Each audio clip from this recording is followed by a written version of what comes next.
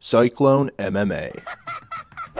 We may never see Francis Ngannou fight in the UFC again. So the rumor that's out there right now is on January 20th, Francis Ngannou is no longer part of the UFC and his contract is over.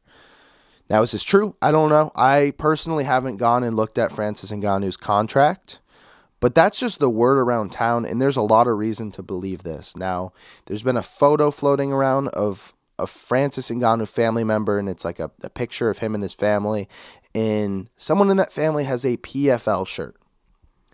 And what you know about the PFL is they do like a season style format for their fights. They don't just go fight by fight. They have like a season like other sports, like the NFL, like the MLB. And at the end, you have your champion. And your champion wins $1 million. I'm sure Francis Ngannou would love to fight lesser opponents and then win $1 million at the end of it. That sounds probably pretty good to Francis Ngannou. And on top of that, you have this new Jake Paul signing in the introduction of, what the hell are they calling it? It's some new pay-per-view division thing where it's anytime they do a pay-per-view, the fighters get 50% of the revenue.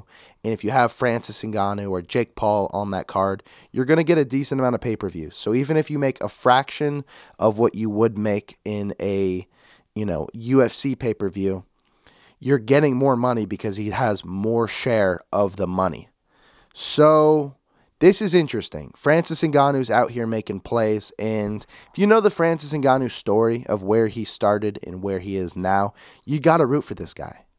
He's like a Rocky Balboa in real life on steroids. Not saying he's on steroids. Whoa, take that out. Edit that out. No.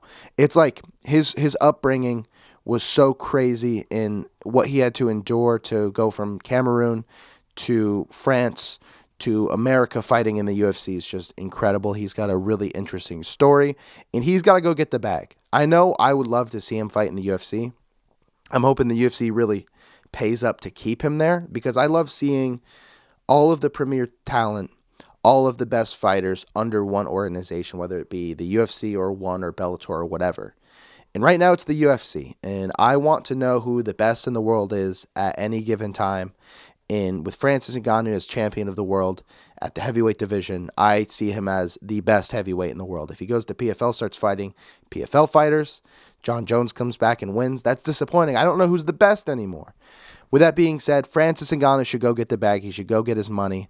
And there's that whole thing where it's like, fight for the most money with the easiest opponent. And by going to the PFL, no disrespect to that heavyweight division, he would be doing that, and he'd be making way more money unless he renegotiates his new contract and just ends up making a bag in the UFC.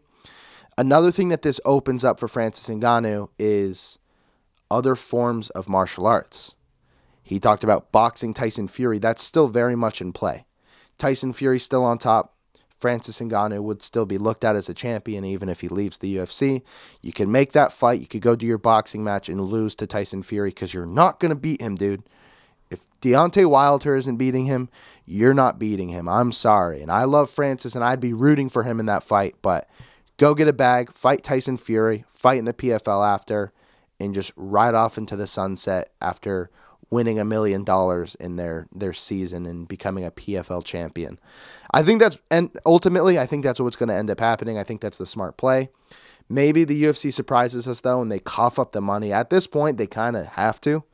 If the PFL takes away their heavyweight champion, the premier division, the heavyweight champion of the world, the best heavyweight could be in the PFL. Think about that. It's interesting. It's really, really interesting, and I'm kind of interested to see how it shakes up. Out of all of this, though, I just want Francis Ngannou to succeed in whatever. I want him to make the money because he's worked hard at it. He's put in the blood, sweat, and tears, all kinds of bodily fluids to get where he is now, and he deserves to get paid like other athletes in other sports. So, yeah, Francis Ngannou, he might never fight in the UFC again.